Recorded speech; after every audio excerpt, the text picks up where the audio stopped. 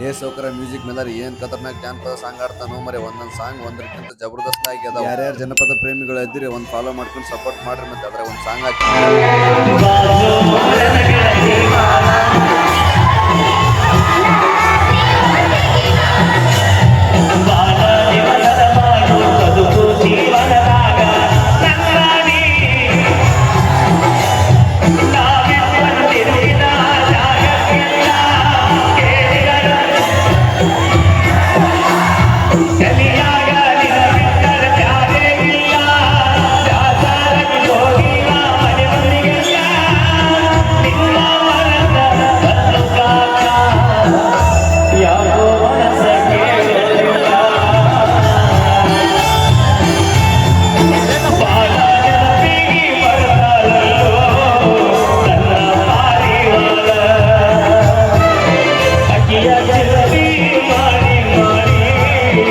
Muchos